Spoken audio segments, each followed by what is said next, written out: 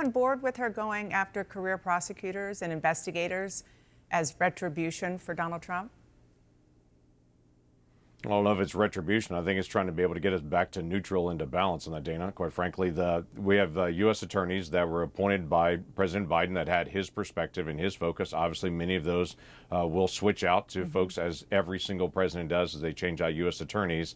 But we also have individuals within the FBI, and that was very well known after President Trump came on in 2016, that there were members of the FBI that hated him, that were in senior leadership, that were working to be able to undercut him. Peter Strzok, multiple others that were actively working to try to undercut the president. I think it's entirely appropriate for Pam Bondi to step in and to say, or whoever that is, the Attorney General, to be able to step in and say, we're not going to allow someone to try to undercut the President of the United States in this Department of Justice. You've got to actually be balanced and about justice, not about attacking the President. Yeah, which makes sense. But the question is whether or not they're going to go after his, who he perceives to be his political opponents.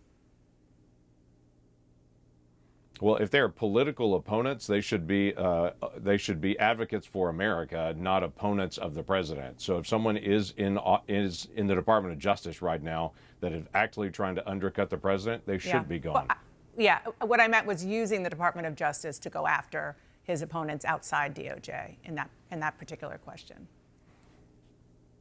Well, we'll see on that. I would tell you the past is prologue in some ways on this. When President Trump came in, it was very clear that Hillary Clinton had used Russia and all of the connections that were there that came out to try to influence the election at that time in 2016. President Trump didn't go after Hillary Clinton. After he came into office in 2017, he said, hey, we're not going to do that. Obviously, he had a great meeting with President Biden where they sat down together in the Oval Office, talked about the transition, and seemed to work to be able to move on. So I don't see any evidence of that kind of retribution.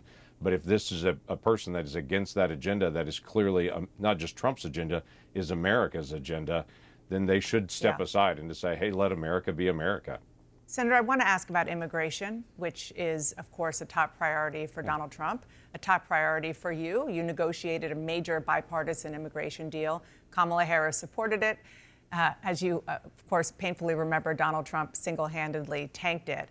What do you expect to happen now that he's returning? Do you think there's any chance your bill can be resurrected, something along those lines, maybe something different?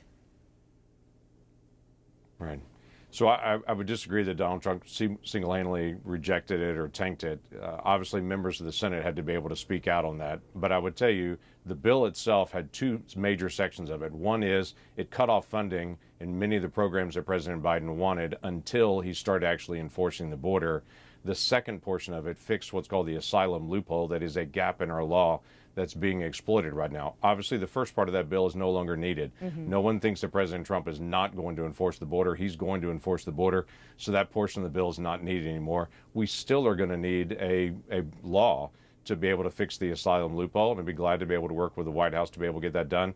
President Trump spoke out about that when he was president before, saying we need to be able to resolve those issues.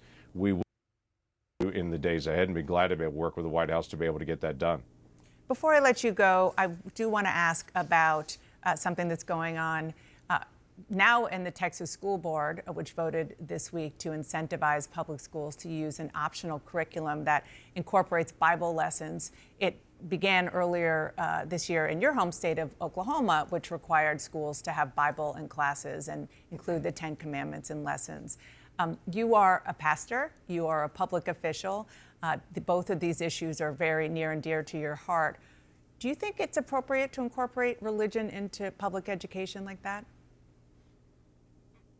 Well, let me tell you a couple things that we're doing in Oklahoma. In Oklahoma, we're allowing students to be able to do off-campus religious education. If they want to have actual religious education, they can do that off campus. It's an elective like choir or band or any other number of electives that are out there, art. They can get a chance to be able to do also off-campus religious education. So any conversation about the Bible shouldn't be a religious tone. I will know that my Christian faith has impacted my life dramatically, and I am the primary teacher to my children of my faith. That shouldn't be a public school teacher to do that. But saying that, the Bible is also a part of Western civilization and part of our founding. Many of our founders were very passionate about Scripture and about the Bible and studied it. So as a historical document, as a cultural document, it absolutely should be taught in schools. As a religious document, that's up to parents and to faith leaders off campus. Oh, fascinating. That's a really interesting way to explain it, as always, on those issues and all of them. Senator James Lankford, thank you so much for being here.